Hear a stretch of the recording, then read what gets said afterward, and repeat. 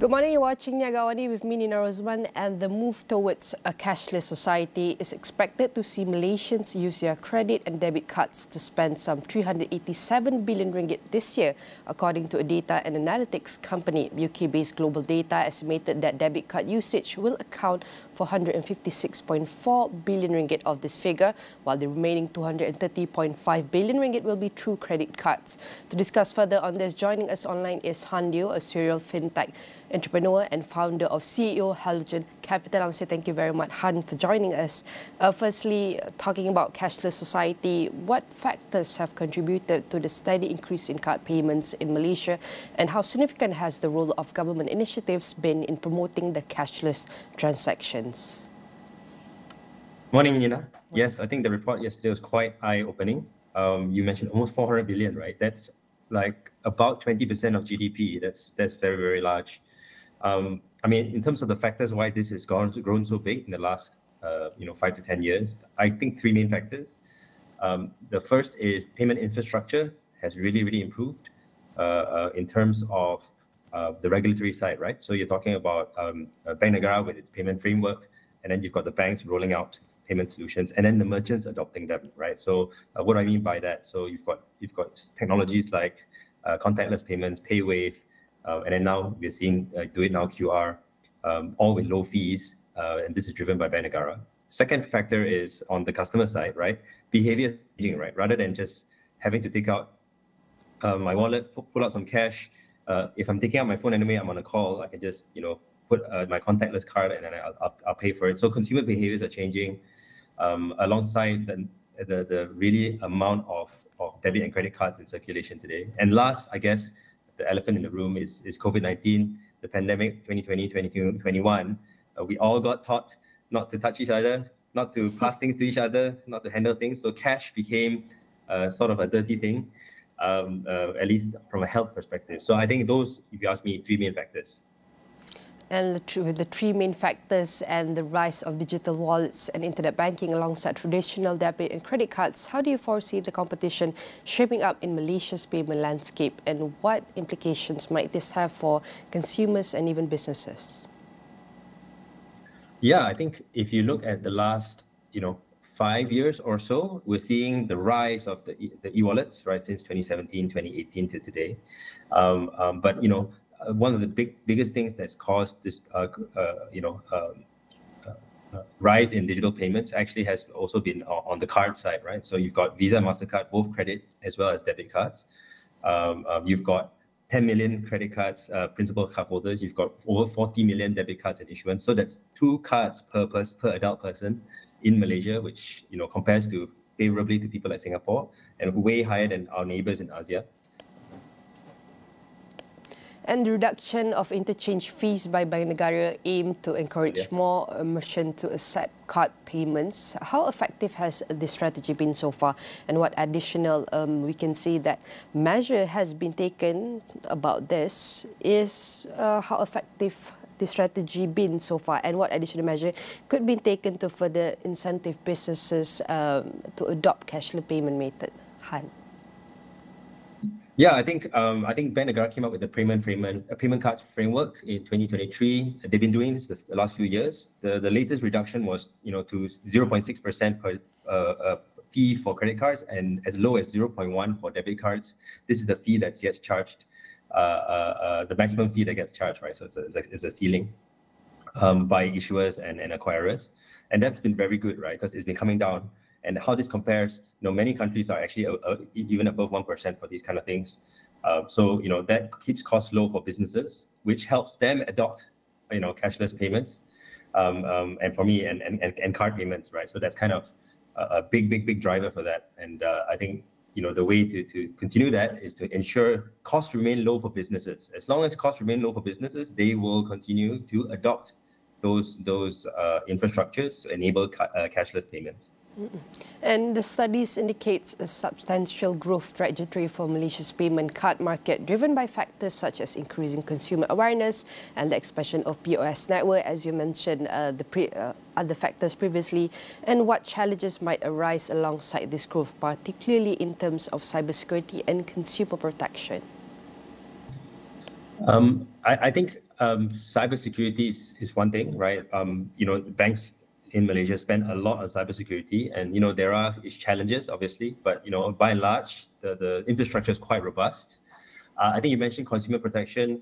One of the biggest things is now that it's so easy to pay for something with your card, whether it's credit or debit or e-wallet, like frauds and scams and payment fraud might become more prevalent because it's so easy to waive on something that you don't really know versus looking at what's the ringgit note that you're paying 50 ringgit. I know I'm paying 50 versus I'm not really sure what I'm paying. So that's one thing. And the second is consumer education around the differences between things like card and debit card and credit card payments, right? One may come with credit, one may not. So consumer protection, consumer education, and cybersecurity, I think, is fairly robust here. Challenges, but robust. And adding to context of shifting and transitioning, how do you envision the role of traditional banking institutions evolving in the context of Malaysia's transitioning payment landscape, especially with the emergence of fintech startups and digital banking platforms offering alternative payment solution? And you also, as the CEO of one of the fintech company, what's your opinion on this, Han? Yeah. I've been in fintech for on the banking side and now investment side, and I've seen a lot of development. And one of the things that I've noticed is that banks do keep an eye on developments. They do it mainly on the regulatory side. So Bank Negara has conversations with them about pushing forward the payment landscape in Malaysia, and they more or less comply. So things like the payment card framework, the interchange fees coming down, do it now, as in do it now interoperable. Those kind of things are good. In terms of making sure they keep an eye on latest developments in the market, not just regulatory, you can start seeing fintech companies, fintech startups as not disruptors necessarily, but enablers, right? So partner with them, invest in them, acquire them if they find a good solution that can really enhance your bank in terms of its payment infrastructure, right? So for me, that's kind of what I would tell the banks, as it were. And considering the projected growth in card payments, what measures should be put in place to ensure that all segments of society as well, including undeserved communities, have equitable access to digital payment and the infrastructure and services? Yeah, I think in our rush towards pushing everyone cashless, we're going to make sure we don't leave anyone behind, right? Who do I mean, right? I mean the elderly who may not be so adept at digital payments. I mean rural communities which may not have not just the consumer but also the merchant may not have the infrastructure to be able to accept cashless payments. So we got to make sure that we don't leave anyone behind. And for me, there are kind of two main ways to do that. The first is to ensure that everybody has a debit card, right? It's cheap to issue. There are no kind of credit requirements. There are 40 million debit cards already. The challenge is to make sure that everyone has one, right? Because then that enters that person into the cashless game, right? And the second is to ensure, and this is not so much a banking thing, it's more a technology thing, to ensure that everyone has access to a device, which is online.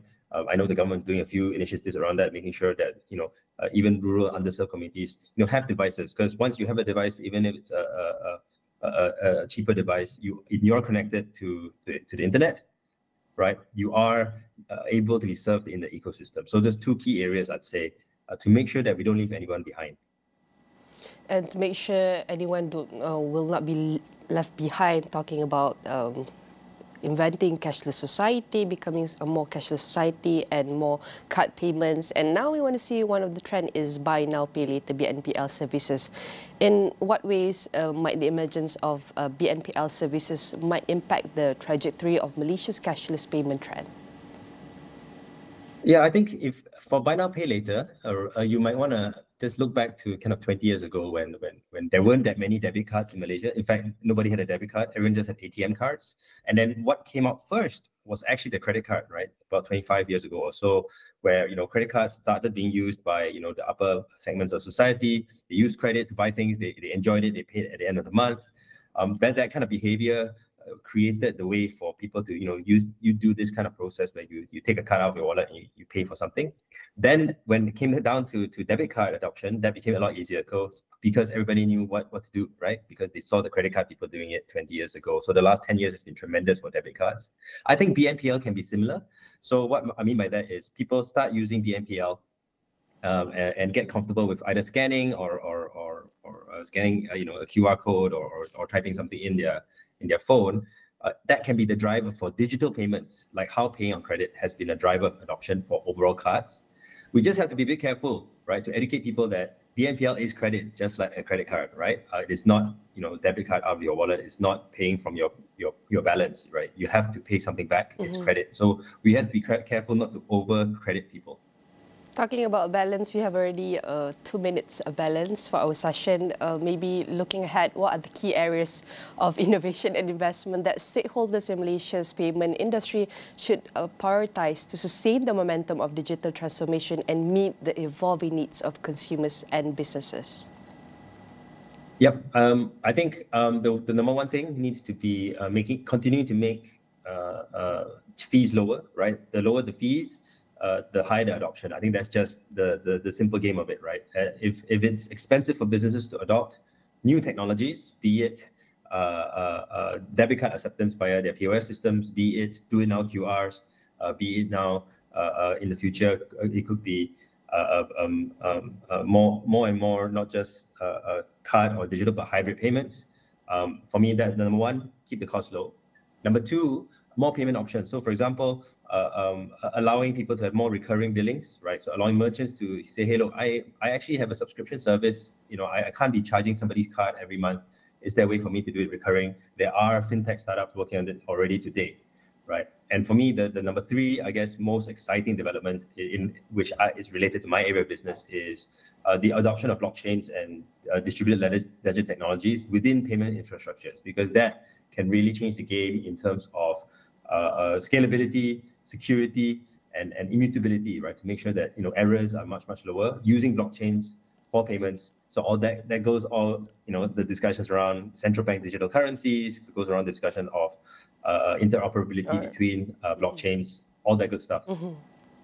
And as we know that card payment, we know is for Malaysia is to hit among more than 200 billion this year, and helping us understand how we are becoming the cashless society from cash to cards and even typing into tomorrow. So thank you very much to Han Liu, the serial fintech entrepreneur and also the founder and CEO of Halogen Capital. And for more updates, stay tuned with us and we'll be right back. Sampaikan salam Aidilfitri anda kepada sanak saudara dan rakan taulan dalam format video pendek atau teks ucapan. Salam lebaran kreatif anda akan kami siarkan di platform Astro AWANI sepanjang Ramadan sehingga awal Syawal. Email ucapan anda ke lebaranawani@astro.com.my.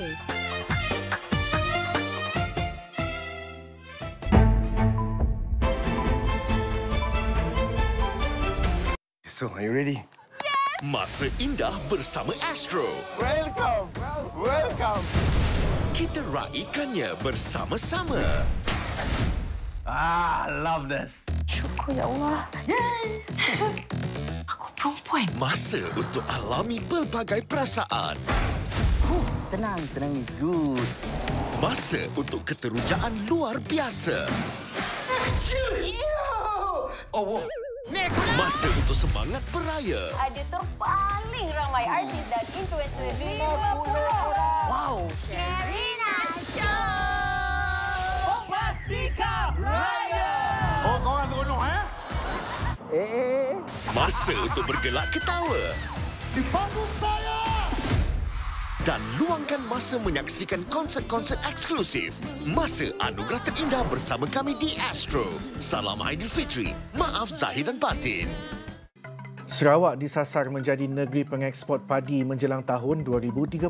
Sekitar 200 penduduk kampung hampalan singgah mata Pulau Bumbum Sempurna menerima bantuan pemeriksaan kesihatan secara percuma. Seterusnya, Kerajaan Sarawak menyasarkan ekspor pertama gas hidrogen pada tahun 2027. Sabah Electricity Cenderam Berhad SASB mempertukar lebih RM500,000 untuk melaksanakan projek bantuan mesra rakyat BMR. 5 lelaki penghantar makanan didakwa di Mahkamah Magistrate Bangi atas tuduhan membunuh seorang pemandu kereta lelaki dalam satu kejadian. 4 sungai di sekitar kawasan perindustrian Pasir Gudang di Johor termasuk Sungai Kim Kim didapati tercemar dan berada pada tahap yang membimbangkan. Kerajaan sudah mulakan inisiatif untuk menggantikan kenderaan operasinya kepada kenderaan elektrik EV dalam skala kecil terlebih dahulu.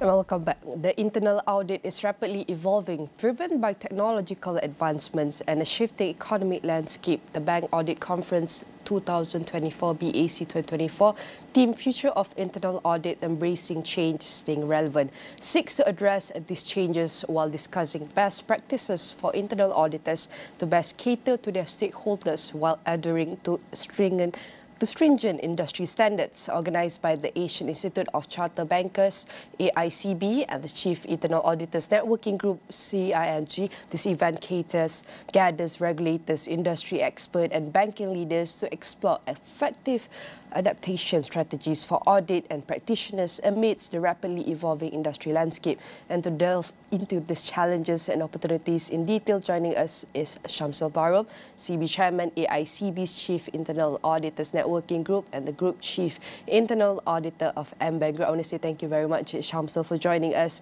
And firstly, maybe we can see and explore how can internal auditors effectively navigate the complexities of ESG risk reporting within the banking sector, considering its increasing importance in decision-making processes and stakeholder expectations. Okay. Good morning. Thank you, Nina. Thank you for having me this morning. Very tough first question. Okay. so let's start. This was one of the key topics covered by the industry expert in the recently concluded the AICB Bank Audit Conference, which was, like you rightly said, jointly organized together with the Chief Internal Auditors Networking Group. The need for the internal auditors to have a strong grasp in ESG factors, environmental, social, and governance, and their impact to the financial institutions' health and reputation cannot be overemphasized, Nina. I think in this regard, the internal auditors can stay ahead of the curve with regard to ESG by, getting themselves equipped with the knowledge by attending professional trainings, workshops, and even attaining certification and partnering with the external sustainability expert, to carry out their audit with regard to the ESG related areas. In respect of the ESG risk reporting, what the auditors can do is to assess the data collection and the reporting processes, for the ESG matrices, and ensure that the data integrity and the accuracy is upheld at all times. And they can also employ a risk-based approach to prioritize the ESG-related audits whenever they do, and ensuring that the overall ESG agenda or risk assessment that's been carried out is in line with the organization's overall sustainability agenda. So these are, among other things, that from a ESG standpoint, how the internal auditors can play their role effectively in ensuring the ESG related risks and exposures, and with regard to the ESG reporting, which is indeed a regulatory requirement, is upheld and maintained accurately and effectively. Yes. That is more on the role of the internal auditors in the ESG standpoint. And also, in what ways can audit practitioners proactively anticipate and address the challenges posed by rapid digital transformation within financial institutions, ensuring that auditing processes remain robust and even relevant? Yes, Nina. As we know, the banking landscape has evolved so much, and it's continue to evolve. Gone are the days, as we know, that people prefer to go to the branch to do their banking, and today, everything is done. Banking is done fingertips, and it's very seamless. And as together with these technological advances, as we all know, it comes with its own sets of risk exposures, right? So therefore, as internal auditors, I think it is of paramount importance for us to embrace and keep abreast with these challenges. And this was also, again, one of the key subjects that was discussed during the conference that was held recently. So what the internal auditors can be doing with regard to the technological advances is to be adapting more technological tools in their audit work, ensuring that the data analysis, the technological security posture are all assessed and all that. I mean, so this is an area where it's constantly evolving, and we as internal auditors, we are expected to remain relevant and stay ahead of the curve when it comes to this technological advancement. As the saying goes, change is the only constant, Nina. So as we speak right now, the routine tasks like with regard to doing audit sampling and all that, we can move away from that by adopting technology even in our work. For example, we can consider even robotic process automation for some routine assessment that we are doing, extensive usage of data analytics so that we can have the ability to have predictive analysis, to have the risk sensing capability, forward-looking capabilities and all that. So this is something that has come our way, certainly. And in AICB as well as together with the Chief Internal Auditors Networking Group, this is one of the subjects that we always speak about and we share, and certainly something that cannot be overlooked or missed. Nina? Okay. And talking about this area that is constantly evolving, changing, and we can see that changing has become something that is also constant. And as emerging technologies like artificial intelligence, AI, blockchain, and data analytics continue to reshape the banking landscape, what specific strategies can auditors employ to harness the potential of these technologies while mitigating associated risks?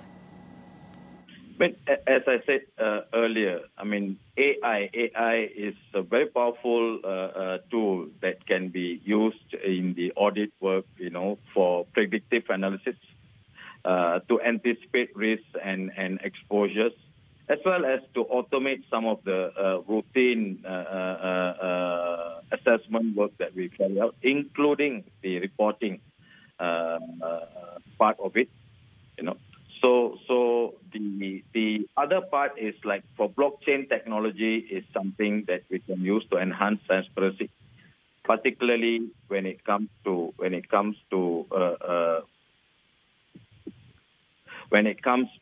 having cross-border kind of a review that we are doing for the financial institution which has got subsidiaries in overseas and all that. And again, the other emerging technology is the ever-evolving data analytics tool to enable us to identify potential vulnerabilities, risk areas, and all these potential pitfalls that we can have within the banking business operation. Right, landscape, how can auditors enhance their role in assessing cybersecurity risks and ensuring robust data privacy measures within financial institutions, particularly amidst evolving the regulatory frameworks? So, cybersecurity is certainly a very important area within the banking operation. So as we are also aware, the frauds and scam are also getting ever sophisticated by the days. So that as these kind of unethical acts are becoming more sophisticated, there is a call for the banks to be vigilant and remain effective in safeguarding all this. So for us, internal auditors, cybersecurity reviews has been there, because it is indeed a regulatory requirement. At the very minimum, the standards have been outlined by the regulators via framework and all that. So we assess the bank's cybersecurity posture, almost on an annual basis, on a regular basis. Methods like, ethical hacking, doing vulnerability assessment and penetration testing is some of the ways that we use to test the robustness of the cybersecurity control, the posture within the bank. And when it comes to data protection of customers' data, customer info, that is basically what we breathe in banks, right? Okay, it is of paramount importance and it's something that is non-negotiable. So for us, there are many controls that have been put in place, and it's our role to continuously ensure that these controls, in terms of protecting the customer's data and ensuring our cybersecurity posture remains strong, is something that we regularly do. For example, when it comes to data, simple controls like disabling the endpoints for the employees of the bank, and disabling any data downloading, outgoing emails and all those things are some of the basic fundamental measures that have been there in place. And as the sophistication is evolving, like for example today we are talking about cloud and all that. That is something also that we need to consider and ensure that we cover all this aspect and in making sure that customers' data are always safeguarded at all times. All right, and maybe for my last questions, with the pace of change in the industry, how can audit practitioners cultivate a culture of adaptability and continuous learning to remain agile and proficient in their roles, thus upholding the credibility of the auditing profession in the digital age? So for us, internal auditors, the learning never stops, Nina. So we are expected to audit and to assess everything that moves, if I can say that, within the organization. So it is fundamental, or it is a prerequisite for us to always be ahead of the curve. So among other things, I think the auditors, what they can do is continuously engage.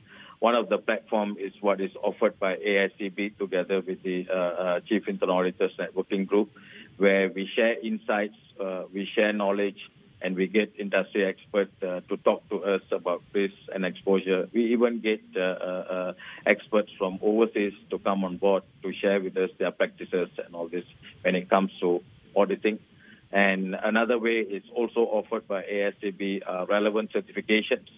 Okay, in areas like ESG, in areas like bank audit practitioners, IT, and all these things. So these are some of the ways that we keep abreast of what's happening, and to ensure that we remain relevant. As the theme of the inaugural conference that was held, embracing change and staying relevant is something that's we all the internal auditors need to embrace, and making sure that they are always keep ahead of the curve amidst the technological advances that has come our way, and it's continue coming as we speak.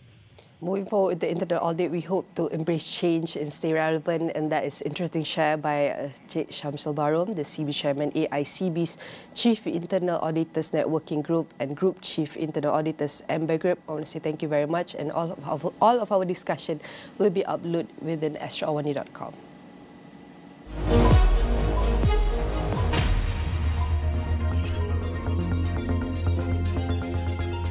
Pelabuhan Tanjung Pelepas dan Berhad PTP membeli 5 kren dermaga bersaiz mega dari Shanghai Zhenhua Heavy Industries Co Limited (ZPMC). Perjanjian pembelian kren tersebut ditandatangani oleh Ketua Pegawai Eksekutif PTP, Mark Hardiman, dan Naib Presiden ZPMC, Si Lilia Shen, dalam sebuah majlis yang telah diadakan di PTP baru-baru ini. Mitra Kembara Sdn Berhad, Grabfin Malaysia dan Sedania Innovator Berhad menjalinkan kerjasama menawarkan pembiayaan umrah bagi memudahkan rakan pemandu Grab yang beragama Islam untuk menunaikan ibadah umrah. Pengarah urusan Mitra Kembara Dr. Fazil Abdul Kadir berkata, perkongsian strategi itu adalah sejajar dengan misi syarikat untuk menyediakan pakej mampu milik bagi menunaikan ibadah umrah. UCRES Berhad menandatangani perjanjian perkongsian perniagaan BPA dengan MDC Asia Link Berhad MDC bagi meningkatkan standard penjagaan di rangkaian klinik gigi MDC menerusi pendigitalan dan teknologi kecerdasan buatan AI. Perjanjian tersebut turut melibatkan penggunaan Internet of Medical Things IOMT bersama platform iMedic yang dibangunkan UCRES. Laporan penuh di saluran 501 dan astroawani.com serta dagangnews.com. Baik, untuk perkembangan ringgit di mana ia menyusut berbanding dolar Amerika Syarikat ketika ditutup pada Rabu meskipun berlaku penurunan terhadap dolar Amerika Syarikat berbanding beberapa mata wang utama, kata seorang penganalisis. Pada 6 petang, ringgit menyusut kepada 4.7545 atau 7575 berbanding dolar Amerika Syarikat 4.7515 atau 7535 ketika ditutup pada Selasa. Dan setakat 4 April 2024, waktu pembukaan hari ini untuk kita melihat prestasi nilai ringgit, ia berada pada paras 4.7385 dan ini adalah paras nilai ringgit Malaysia yang dapat kita saksikan setakat waktu pembukaan pada 4 April. Dan kalau kita reflect balik dalam tempoh seminggu 7 hari, nilai ringgit Malaysia pergerakannya ataupun trend yang dialami adalah trend di sini graf, daripada segi graf trend meningkat, menyifatkan atau mencerminkan bahawa nilai ringgit Malaysia semakin merosot ataupun semakin menyusut. Apabila graf ini semakin meningkat, nilai ringgit Malaysia kembali ataupun semakin merosot. Dan kita lihat dalam tempoh seminggu ini, nilai ringgit Malaysia telah berada antara tahap yang terbaik ialah berada pada paras 4.7192, mana antara tahap yang kita boleh cakap tidak cemerlang adalah berada pada paras 4.7553 dan ini adalah prestasi nilai ringgit Malaysia yang dapat kita saksikan setakat pembukaan pagi hari Khamis ini, minggu ini. Dan kita akan teruskan dengan iaitu prestasi FBM KLCI kita, Bursa Malaysia yang ditutup tinggi pada Isnin apabila pelabur cenderung kepada saham tenaga, peladangan dan telekomunikasi utama terpilih. Pada 5 petang, fungsi Bursa Malaysia KLCI meningkat 7.95 mata atau 0.52% kepada 1,544.02 daripada 1,536.07 ketika ditutup pada Jumaat minggu lepas. Dan setakat pagi ini, FBM KLCI berada pada paras 1,542.79 atau 0.38%. Bersamaan iaitu peningkatan sebanyak 5.78 dan ini adalah paras Bursa Malaysia setakat 9.18 pagi pada 4 April minggu ini. Dan dalam tempoh 5 hari ataupun trend FBM KLCI kita, ia berada dalam trend yang kebanyakannya trend meningkat apabila daripada hari Jumaat ini kita dapat saksikan antara nilai yang terendah telah dicatatkan hari Jumaat pada 1,537.85 dan paras ini iaitu terus mengalami momentum peningkatan sehingga ia mencapai antara tahap tertinggi lebih kurang hari Rabu, ia berada pada paras 1,550.92. Namun daripada hari semalam sehingga kini kita dapat saksikan sedikit trend penurunan dalam tempoh 24 jam. Ia berada pada paras sehingga paras terkini adalah 1,539.59. Dan sekali lagi, ini adalah prestasi FBM KLCI setakat pagi ini. Ia berada pada paras 1,542. Baru saja update 1,542.42 dan ini adalah prestasi nilai ringgit Malaysia termasuk juga dengan Bursa Malaysia yang dapat kita saksikan setakat pagi ini pada 4 April 2024. Dan kita akan teruskan dengan laporan ringkas dagang.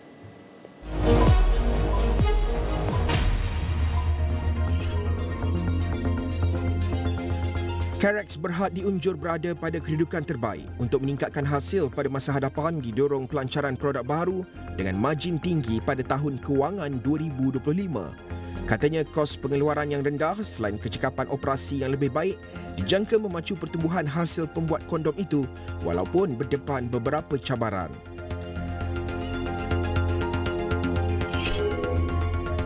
Kawan Renergy Berhad memeterai perjanjian taja jamin bersama M&A Securities Berhad bagi tawaran awam permulaan IPO di pasaran ACE Bursa Malaysia. Pengarah urusan kawan Renergy, Insinyur Lim Tow Lai berkata, pelaksanaan IPO itu akan mempercepatkan rancangan pengembangannya dan membolehkan mereka memanfaatkan pasaran modal ekuiti serta memberikan kemudahan kewangan lebih baik. Kumpulan Kitakon Berhad menerima kontrak daripada Saim Dabi Property City of Almina Sdn Berhad untuk kerja-kerja pembinaan pembangunan utama melibatkan nilai kontrak sebanyak 80.98 juta ringgit. Kitakon berkata anak syarikatnya, Kitakon Sdn Berhad, telah menerima surat anugerah pada 1 April 2024 untuk kerja-kerja di Almina Seksyen U15 Shah Alam. Laporan penuh di saluran 501 dan astroawani.com serta dagangnews.com.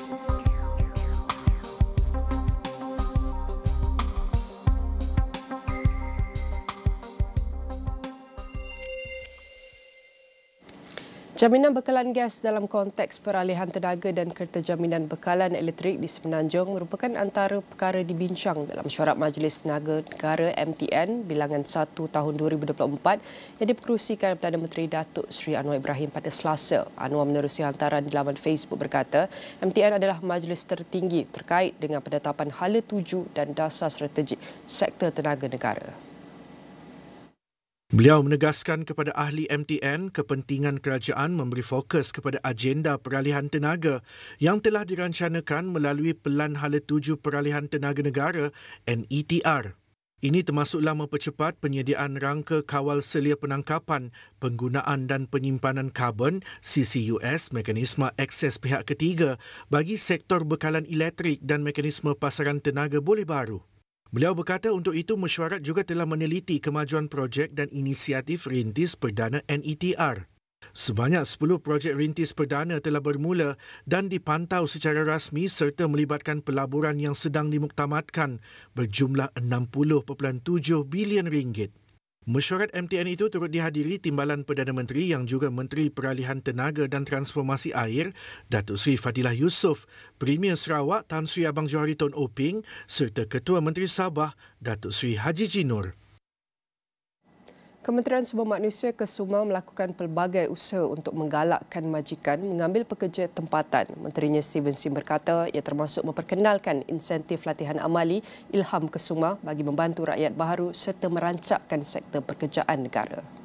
Masa kita berikan insentif untuk upscaling, kita buat latihan supaya pekerja-pekerja tempatan boleh menjadi pekerja mahir untuk bekerja dalam sektor-sektor tertentu dan sebagainya. Dan sudah Ilham Kesuma merangkumi 4 komponen utama iaitu program latihan industri berstruktur nasional, geran padanan industri untuk perusahaan kecil dan sederhana dan syarikat pemula, program skim latihan industri serta program-program sokongan seperti MyNext dan sebagainya.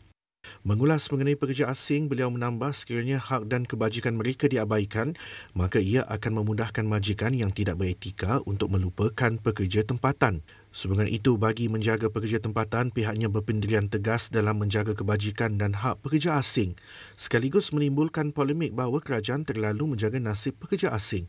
So, untuk saya, apabila saya tegas dalam isu hak pekerja waima terhadap pekerja asing, ini adalah sebenarnya akhirnya untuk menjaga, melindungi kebaikan, kebajikan pekerja rakyat Malaysia. Menteri Kewangan kedua, Senator Datuk Sri Amir Hamzah Azizan mengetuai delegasi Malaysia ke Mesyuarat Menteri Kewangan ASEAN AFMM ke-28 di Luang Prabang Lau bermula Rabu hingga Jumaat. Menurut Kementerian Kewangan, delegasi yang sama juga menghadiri Mesyuarat Menteri Kewangan Tagabana Pusat Bank Pusat ASEAN AFMGM ke-11 serta mesyuarat berkaitan. Mesyuarat tersebut juga dihadiri oleh Gabenor Bank Negara Malaysia Datuk Sheikh Abdul Rashid Abdul Ghafur. Mesyuarat membincangkan dan mengambil maklum perkembangan kerjasama kewangan seperti dana infrastruktur ASEAN di bawah agenda pembiayaan infrastruktur, kerjasama insurans dan pembiayaan risiko bencana dan insurans. Selain itu, mesyuarat juga menyentuh integrasi kastam, tertingkap tunggal ASEAN, pengawal seliaan insurans, pencegahan pengubahan wang haram dan pencegahan pembiayaan pengganas serta forum percukaian ASEAN.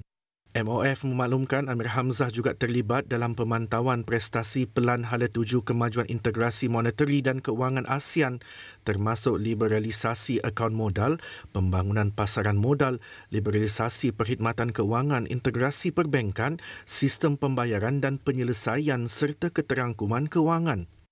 Amir Hamzah turut menjemput Menteri-Menteri Kewangan ASEAN dan rakan dialog untuk hadir semasa Malaysia menjadi pengerusi ASEAN pada tahun 2025. Persidangan Dewan Negara pada Rabu meluluskan rang Undang-Undang RUU Keselamatan Cyber 2024. RUU itu yang bertujuan meningkatkan keselamatan cyber negara menerusi pematuhan terhadap langkah, standard dan proses tertentu dalam pengurusan ancaman keselamatan cyber diluluskan sebulat suara selepas bacaan kali ketiga oleh Menteri Digital Gobind Singh Teo.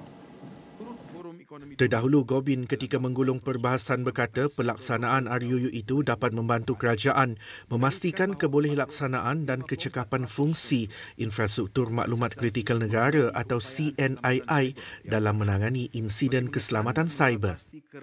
Beliau berkata RUU itu sangat penting kerana CNII merangkumi sektor kerajaan, perbankan dan keuangan, pengangkutan, pertahanan dan keselamatan negara serta maklumat komunikasi dan digital yang lazimnya menjadi sasaran serangan cyber bagi melumpuhkan kerajaan. Turut tersenarai sektor perkhidmatan jagaan kesihatan, air dan pembentungan, pengurusan sisa, tenaga, pertanian dan peladangan, perdagangan industri dan ekonomi serta sains, teknologi dan inovasi. Gobin turut memaklumkan RUU itu akan menggunakan pendekatan berasaskan penilaian risiko dan menentukan kawalan perlindungan terhadap sebarang teknologi yang akan digunakan kelak. RUU itu diluluskan Dewan Rakyat pada 27 Mac lalu. Persidangan Dewan Negara bersambung pada Khamis.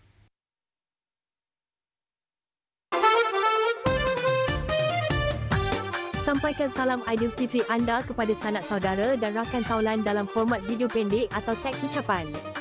Salam lebaran kreatif anda akan kami siarkan di platform Astro AWANI sepanjang Ramadan sehingga awal Syawal. Email ucapan anda ke lebaranawani@astro.com.my.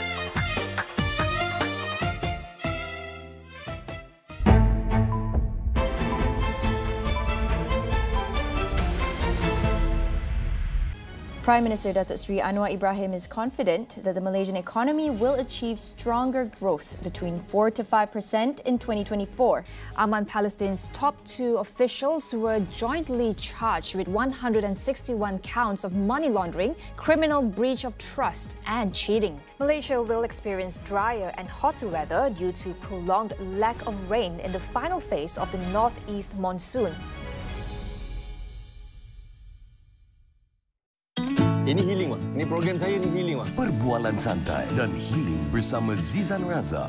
Salam kau! Astaghfirullahalazim. Mencurah rasa hati, mencurah apa yang abang rasa. Apa yang datang sekarang, kita lalui dengan tenang. Hubungan kita dengan anak, walaupun sekali berlaku pun, anak tak anak. I tak anai orang. Kalau I nak cakap, I cakap terus, I cakap nama sekali. Bersama ramai lagi tetamu yang akan hadir dalam Healing with Zizan di Astro dan On Demand. Assalamualaikum. Selebriti mana yang datang memeriahkan sepatu Al-Raya? Oh, handsome lah hari ni. You single ke? Apa beza Hari Raya dengan awak? Pasti cair dengan ayat pikat mereka. Hari Raya setahun sekali. Tapi rindu ke awak hari setiap masa. Sepatu reunion Al-Raya 2024. Masa anugerah terindah dari Astro Warna dan Astro Go. Kerjasama lebih erat untuk bagaimana memperkuat ASEAN.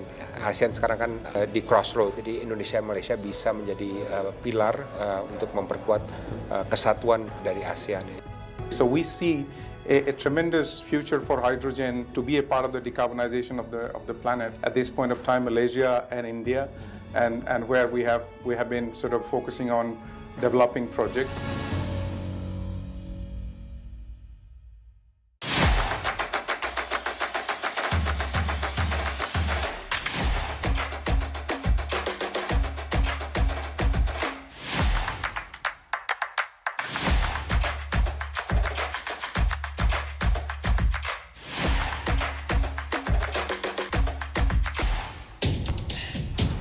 Pelanggan Astro boleh memenangi tiket percuma dan peluang untuk bertemu legenda melalui aplikasi My Astro. Sarawak disasar menjadi negeri pengeksport padi menjelang tahun 2030. Sekitar 200 penduduk kampung hampalan singgah mata Pulau Bumbum sempurna menerima bantuan pemeriksaan kesihatan secara percuma. Seterusnya, Kerajaan Sarawak menyasarkan ekspor pertama gas hidrogen pada tahun 2027. Sabah Electricity Sdn Bhd SESB mempertukar lebih RM500,000 untuk melaksanakan projek bantuan mesra rakyat BMR. Seterusnya, peminjam Perbadanan Tabung Pendidikan Tinggi Nasional atau PTPTN digesa merebut peluang insentif diskaun bayaran balik pinjaman. Fenomena Equinox menjadikan bumi dan matahari berada pada jarak paling dekat dalam sistem solar. Malaysia berjaya membanteras jenayah berkaitan dadah bernilai RM990 juta sejak 2019. Jangan meletakkan harapan tinggi berhubung soal mencari jawapan pesawat Malaysia Airlines MH370 yang hilang 10 tahun lepas. Assalamualaikum semua. Kas nak ucapkan selamat Hari Raya, maaf zahir batin. Jangan lupa tengok kas dalam My Famous Ex-Boyfriend Raya di Astro. Lagi satu kas nak share. Korang dah download ke belum stiker Raya? Belum lagi? Alah, janganlah macam tu. Best tau kita orang shoot hari itu. Ha? Tak tahu nak download kat mana? Senang je, download My Astro app sekarang.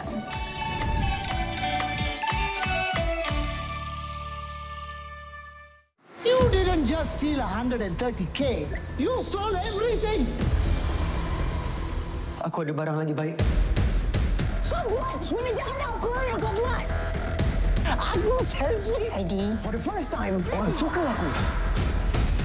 Adi, tolong Adi. I don't know anything about this. Find Tunku Remy now. You tak tahu apa-apa pasal ni kan? ID. Stream episod baharu setiap Jumaat on demand dan Astro Premier. Dua konsert eksklusif Aidilfitri ini bersama penyanyi nombor 1 negara.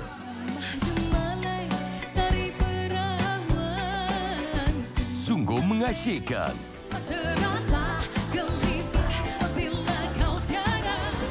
Sedikan, cakrakan. Eksklusif untuk anda Aidilfitri ini di Astro Ria dan Astro Go.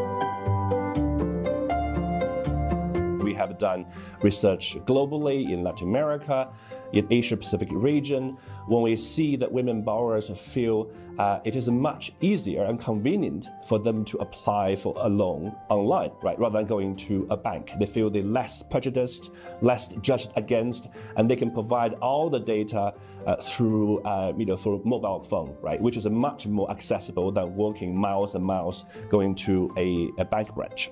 And we also think from the survey and from our report, the fintechs are offering more women-tailored financial products or services. campaigns. For example, a financial literacy campaign, a mini drama series, or audio clips, right, with fictional character, right, showing you how to open a digital wallet and how to apply for a credit. Micro, small, and medium-sized enterprises are facing persistent funding gap in many parts of the world, in both advanced economies, but also in emerging markets and developing countries. And that funding gap is immense, is considerable, is both in debt, but also in equity. One of the reasons is the traditional banking sector, right, do not have effective ways to do the credit scoring, right, of a small media enterprises. It's cost too much, and they may not have all the adequate financial information, right, to ascertain the creditworthiness of a small business who may have a very short trading history, may have a lower headcount, right, who may not have the robust financial reporting that banks are used to from a larger enterprises. Women entrepreneurs, they feel sometimes quite challenging, right, to raise funding from a still very much male-dominated sector, right, in terms of angel investors or VCs, right. So, but by soliciting capital investment directly from the crowd, right, often through online platforms, I think women can feel being empowered and liberated to seek for the capital that is essential for their business growth. In the UK, right, around 12% of all early stage seed and early stage venture funding are now being channeled through online equity crowdfunding platform. I will see great many examples of women entrepreneurs getting the venture funding that they need to expand their business.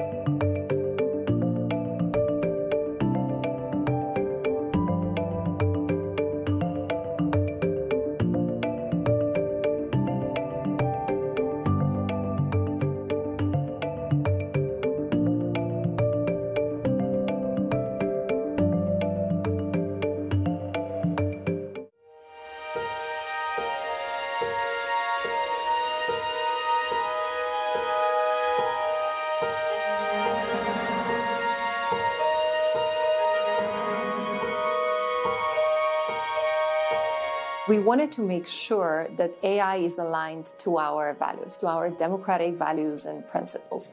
We want to make sure that AI is developed in a safe, in a transparent way, and that would ultimately lead to more trust in society.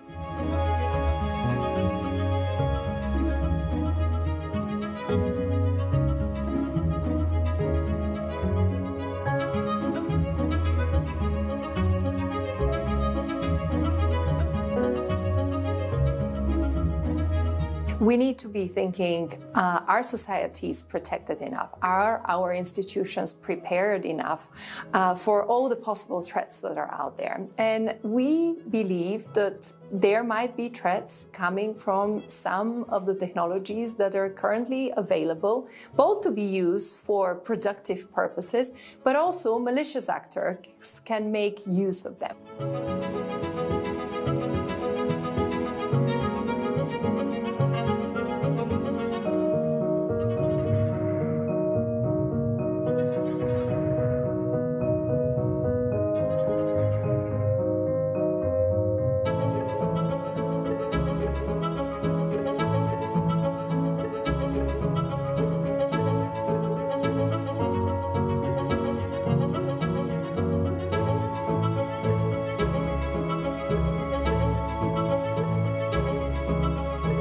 What more the EU AI Act does is to make sure we put, for the first time, some guardrails for general purpose AI models.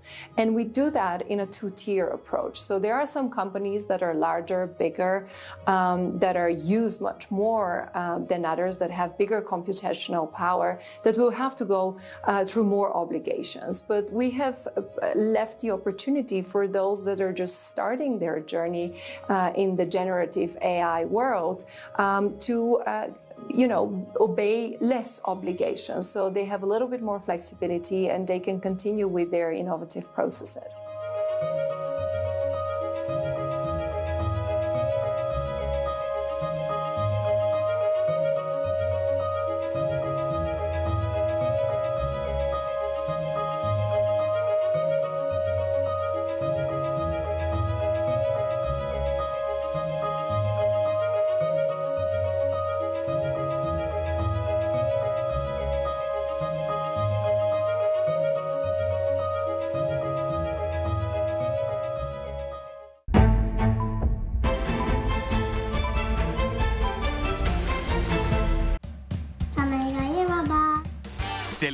Telefilm menarik Syawal ini.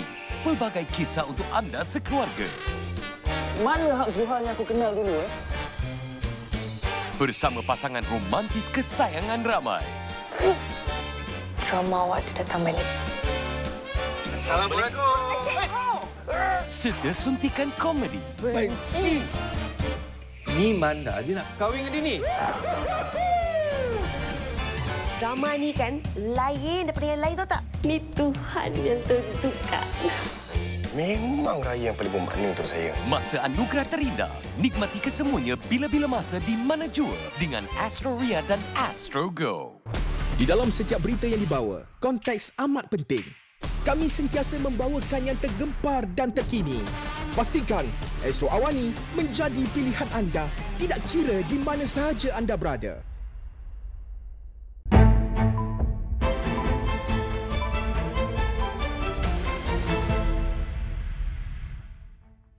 Baik, menjelang Ramadan dan juga Syawal ini sebenarnya, menjelang Syawal sudah tentu banyak fokus dan juga tumpuan diberikan berkait dengan persiapan dan juga nak meraihkan Syawal itu. Tetapi di sebalik meraihkan Syawal itu ada beberapa elemen yang boleh diterapkan, terutama kepada anak-anak dalam nak membimbing mereka. Kerana kalau kita bercakap soal anak-anak ini, mereka sebenarnya yang paling gembira apabila nak meraihkan Syawal ini. Dan sudah tentu nak meraihkan Syawal ini banyak elemen-elemen penting yang perlu kita telitikan. Termasuklah dari segi pengurusan kewangan, dari segi nak mendidik mereka. Dan pada masa sama dalam era teknologi ini, gadget juga menjadi peneman kepada anak-anak ketika Aidilfitri. sihat ke aktiviti ataupun perkara sebegitu. Jadi sudah tentu untuk kita mengulas dengan lebih lanjut dan juga bercerita panjang berkait isu ini bersama dengan saya menerusi Google Meet ketika ini, Dr. Azmawati Muhammad Nur yang merupakan Timbalan Dekan Fakulti Pendidikan Universiti Malaya serta anggota Lembaga Kaunselor Malaysia. Doktor, terima kasih sudi bersama dengan Astro AWANI untuk waktu ini. Pertama sekali, kalau kita bercakap soal gadget dan juga Aidilfitri, tapi dalam konteks kehidupan harian juga seolah-olah gadget itu tidak boleh lari daripada anak-anak kecil zaman sekarang ini. Mungkin doktor boleh gambarkan dari segi tahap keseriusan penggunaan gadget dalam kalangan kanak-kanak di negara ini, doktor. Okey, Assalamualaikum kepada Asyraf dan juga semua para penonton ya. Saya tertarik dengan topik kita ya pada hari ini kerana bila kita bercerita tentang hari raya, gadget dan hari raya itu dia dah macam sinonim sangat ya, Asyraf. So pertama sekali izinkan saya nak terangkan apa maksud generasi gadget tu ya. Kemajuan teknologi gadget yang dipasang dengan pelbagai aplikasi permainan dan juga hiburan yang sebenarnya boleh menarik minat anak-anak kita ni terus berkembang dari sehari ke sehari. Kita lihat kanak-kanak seawal dari usia 2 tahun dah pun mula didedahkan dengan penggunaan gadget terutamanya telefon pintar dan tablet. Perkara ini memang Asyraf kita tak dapat nak elakkan ya. Kanak-kanak ini kita juga kenali sebagai generasi Z yang dilahirkan dalam dunia serba canggih. Bangun-bangun celik dah dengan teknologi digital. Dan juga mereka ini boleh disifatkan sebagai digital natives. Bila kata sebut tentang generasi Z ni lebih celik akal, mereka ni meneroka pelbagai aplikasi baru. Seolah-olah ini dah menjadi sebahagian daripada kehidupan mereka dan keperluan asasi. Kalau kita tahu keperluan asasi makanan, minuman, tapi sekarang gadget tu juga merupakan salah satu keperluan yang dilihat sangat penting oleh anak-anak kita ni ya. Dan sebenarnya gadget telah digunakan oleh ibu bapa sebagai satu medium untuk mengawal sebenarnya anak-anak ni dalam berkelakuan baik. Terutama kalau kita lihat di kedai-kedai makan, Asyraf.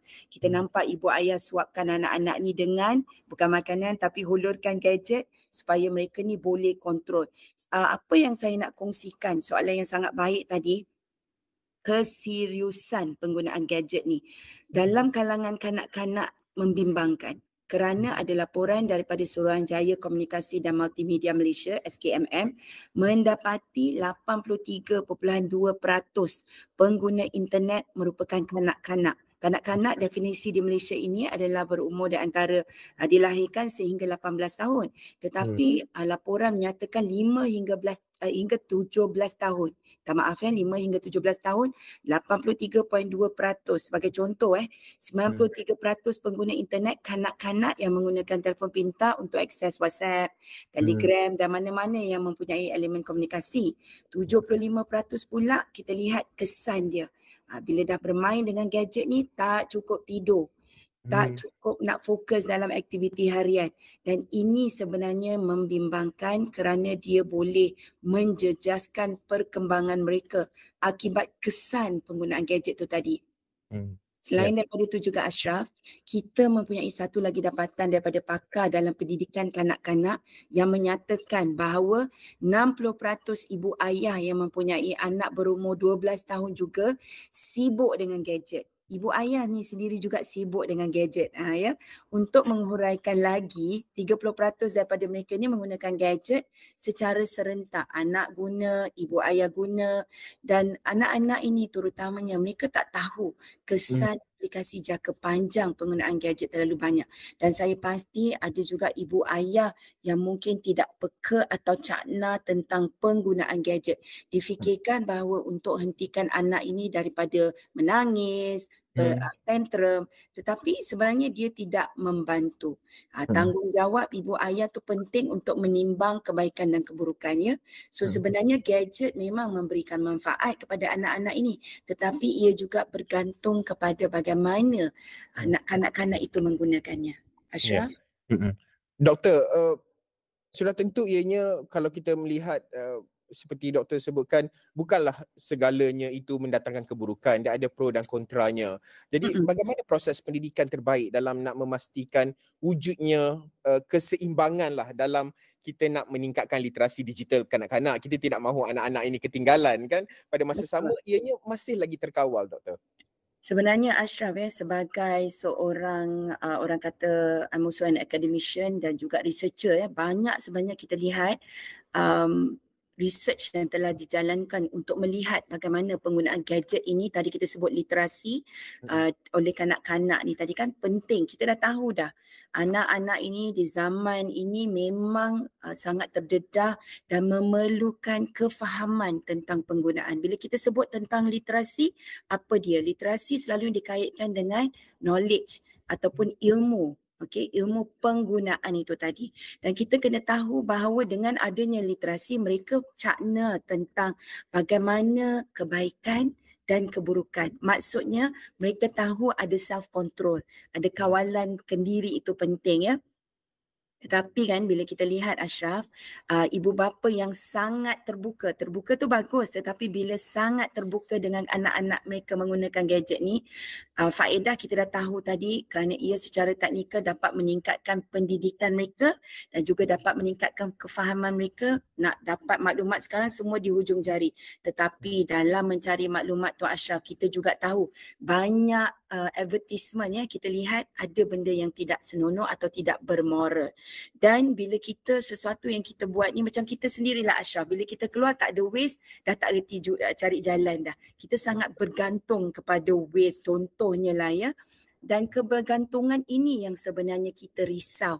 Kerana sama juga dengan gadget, ia juga boleh menimbulkan isu apabila perkembangan pesat teknologi ini tidak terkawal, di mana bila mereka menggunakan terlalu banyak, mungkin di sini macam saya kata tadi ada perkara yang tidak bermoral. Kita dah dengar dah pasal fenomena dark side. Saya juga banyak menulis tentang fenomena dark side di mana anak-anak kita boleh di cyberbully ataupun di groom untuk ke arah yang tidak baik. Tetapi sebenarnya ya, bila anak-anak ini menghabiskan sebahagian besar masa mereka dengan gadget tanpa pengawasan daripada ibu ayah ataupun orang yang lebih dewasa, kecenderungan mereka untuk pengabaian diri ialah bila dah syok duduk dekat depan komputer tu Asyraf, mereka dah lupa dah bagaimana hendak stop because dia berjangkit. Lepas tu pergi sini pula lah. Contoh kalau kita kata nak cari bahan tapi kita tertekan pula aplikasi FB atau Insta kan anak-anak kita ni.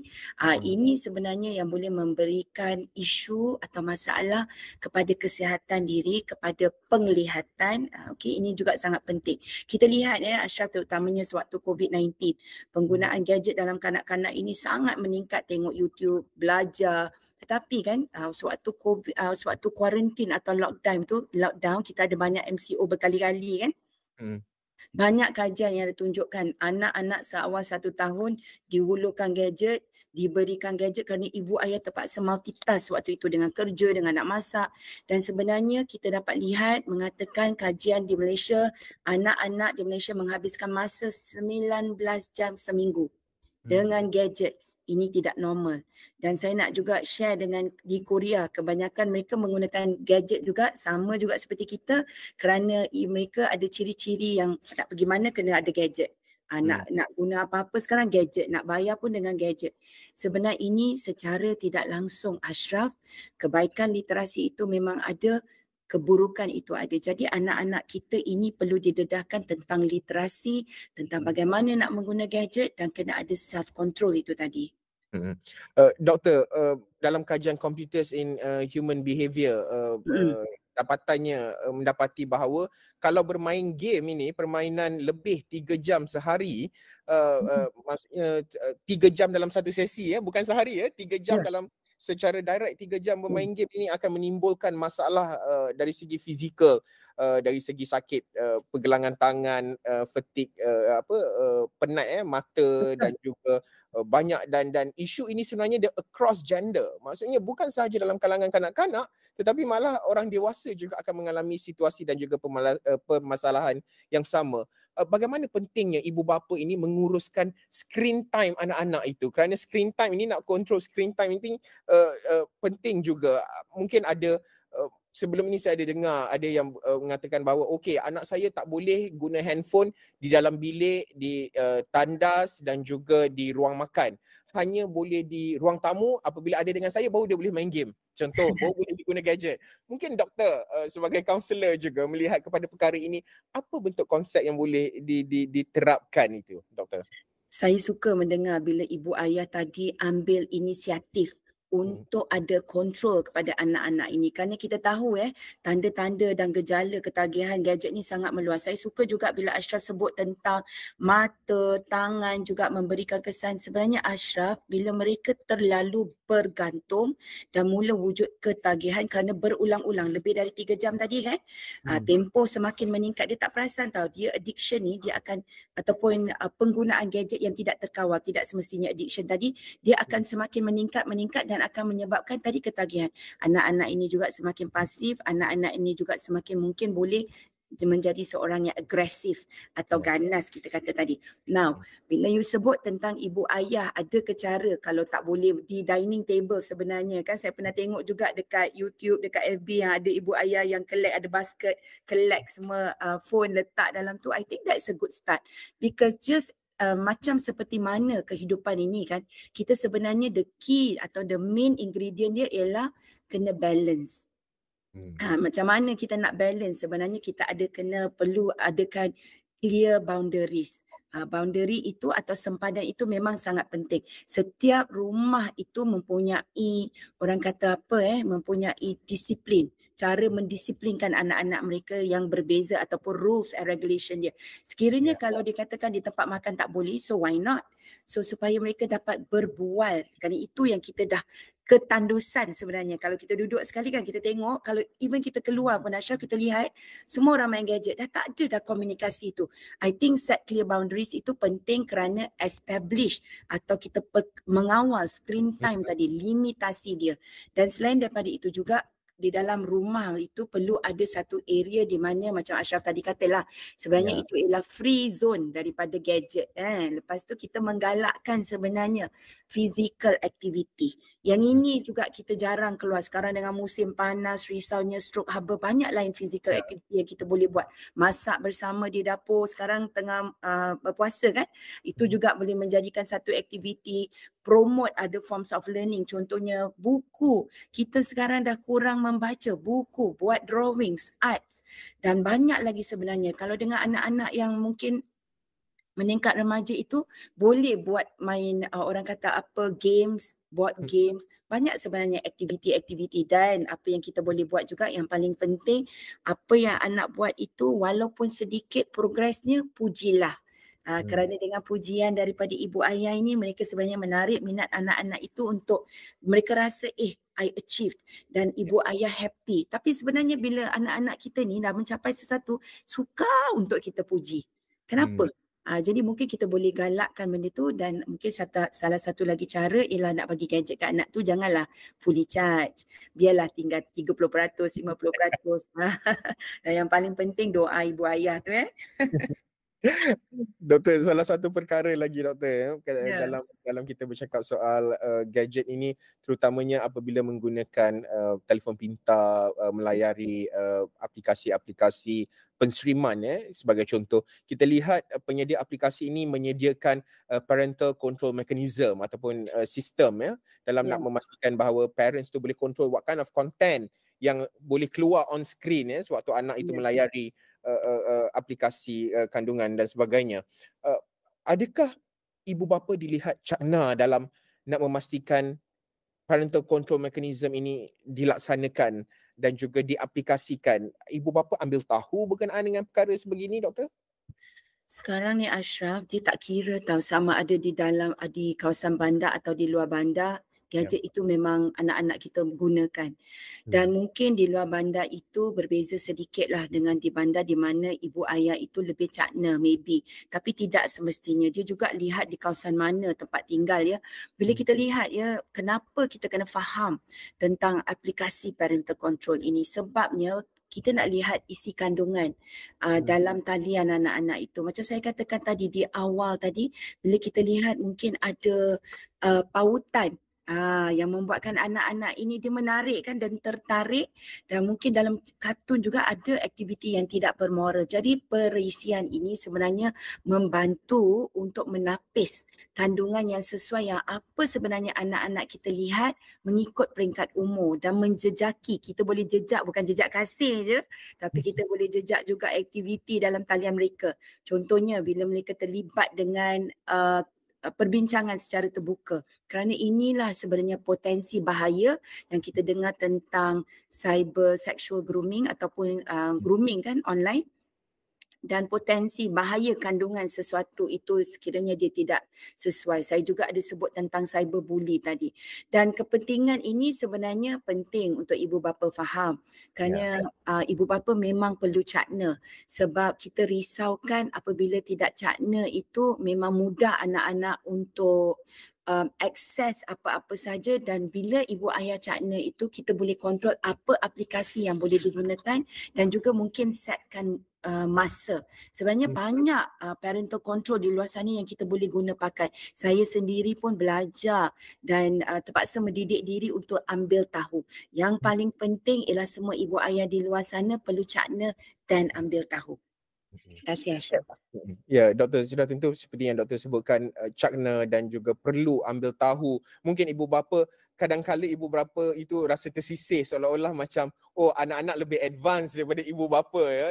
Tapi pada hakikatnya pada ketika ini ibu bapa itu sendiri perlu catch up untuk memastikan mereka dapat track setiap apa yang dilakukan oleh anak-anak, memantau segala apa yang dilakukan oleh anak-anak mereka. Doktor, menjelang Aidilfitri ini, sudah tentu perlu ada nilai dan juga nak menerapkan pemahaman sebenar realiti sambutan Syawal itu kepada anak-anak. Mungkin untuk tidak memastikan bahawa anak-anak ini tidak terlalu taksub kepada gadget, apa bentuk nilai yang boleh diterapkan ibu bapa ini, Doktor? Sebenarnya saya suka sangat dengan soalan ni sebab setiap tahun memang akan ada Aidilfitri gadget. Banyak kita lihat di surat khabar, media masa, dan kita nak elakkan daripada taksub kepada gadget ini sebab kita tahu generasi ini kalau nak balik kampung Asyraf, soalan pertama, kampung tu mama, ayah, daddy, mami, umi, apa-apa saja panggilan, ada tak apa dia? Internet. Wifi Boleh internet. tak bagi wifi, password dekat mereka, ada wifi tak? Jadi mereka ini memilih untuk sebenarnya berasa seronok itu apabila wujud internet, wifi, kerana mereka memilih untuk melayani gadget daripada berkunjung ke rumah saudara mara masing-masing. Sekarang ni suka untuk kita lihat kunjung-mengunjung itu kalaupun ada memang itu memang sepatutnya dipraktiskan, dan saya sokong sekiranya itu kita adakan kerana ini adalah bulan bagi menyambut sebulan kita berpuasa di mana kita meraihkan kemenangan.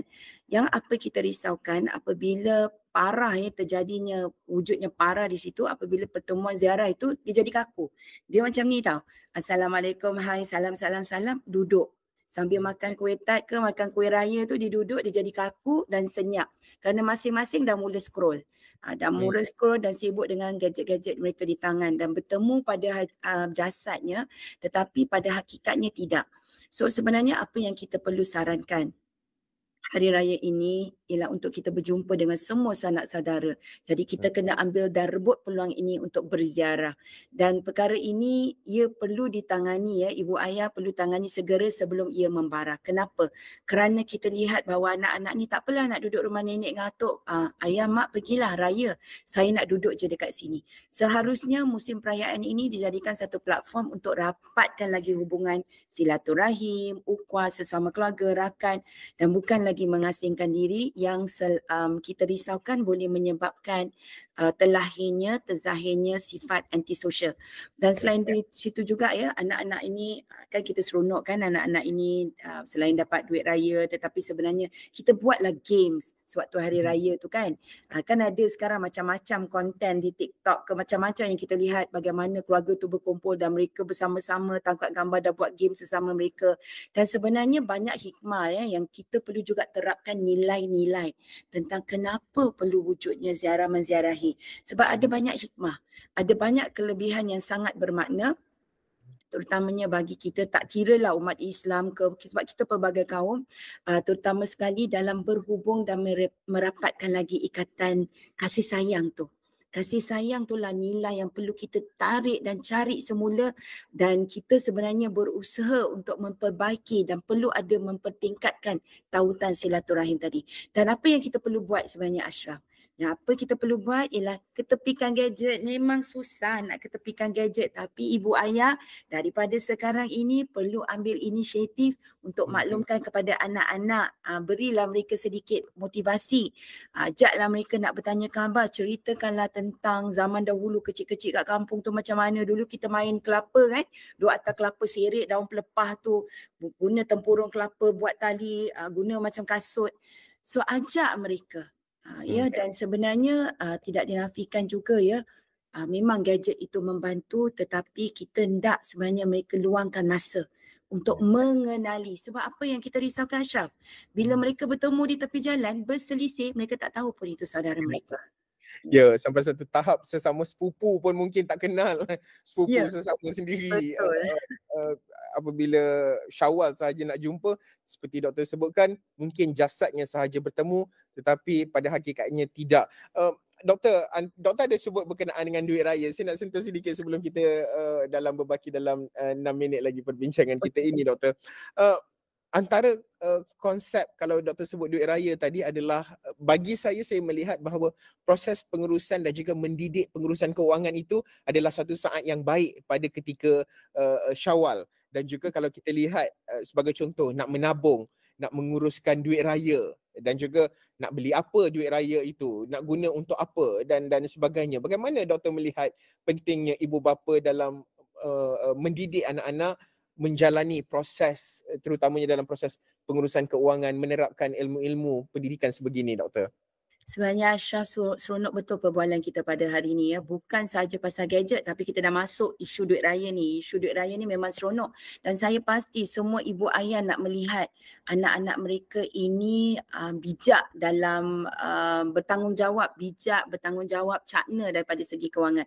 Kerana kita tahu anak-anak zaman sekarang ini, kalau mereka ada sedikit kewangan, mungkin mereka terpengaruh dengan rakan sebaya, berlumba-lumba untuk gadget apa lebih canggih. Lepas tu adalah banyaklah all the little things yang mereka nak beli untuk barang-barang mereka lah.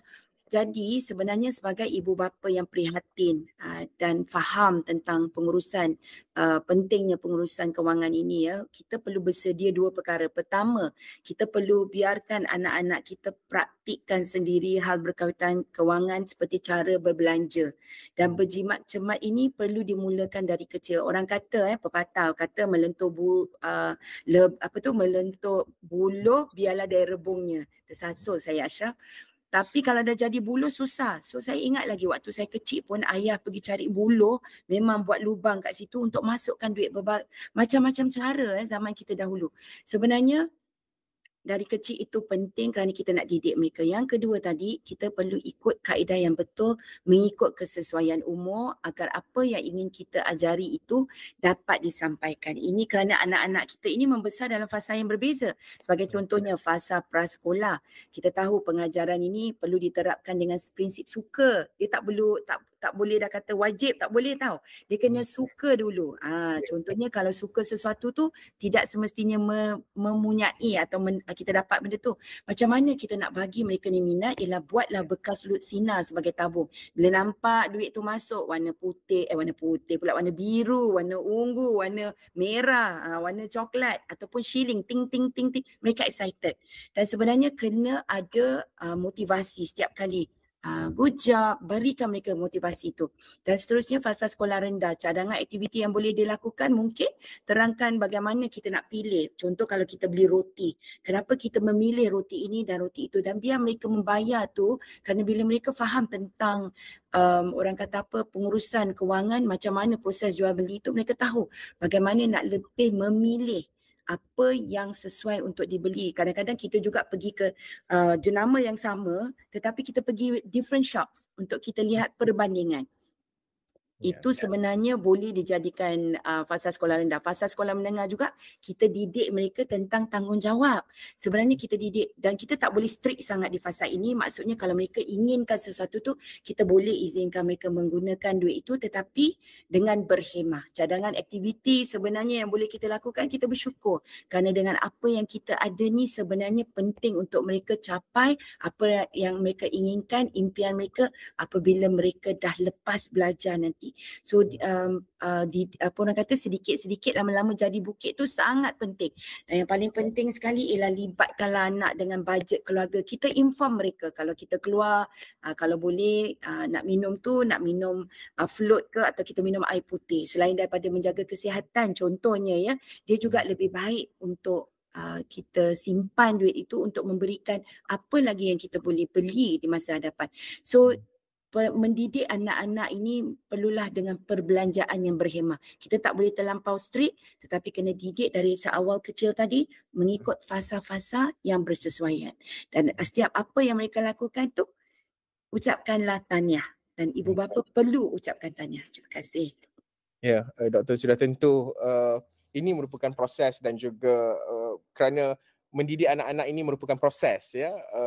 Dan ianya seperti doktor sebutkan, ianya adalah berfasa dan setiap fasa itu memerlukan pendekatan dan juga mungkin approach yang sedikit berbeza berdasarkan umur anak dan sebagainya. Dr. Azmawati Muhammad Nur, Timbalan Dekan Fakulti Pendidikan Universiti Malaya dan juga anggota Lembaga Kaunselor Malaysia, terima kasih berkongsi pandangan doktor dan insya-Allah menjelang Aidilfitri ini saya ucapkan selamat Hari Raya Aidilfitri juga kepada doktor serta seluruh penonton Astro AWANI. InsyaAllah kita akan terus bersiaran dari semasa ke semasa. Sekian sahaja untuk waktu ini. Saya Harits Asyraf Hasnan. Assalamualaikum. Salam hormat. Waalaikumsalam. Terima kasih Asyraf.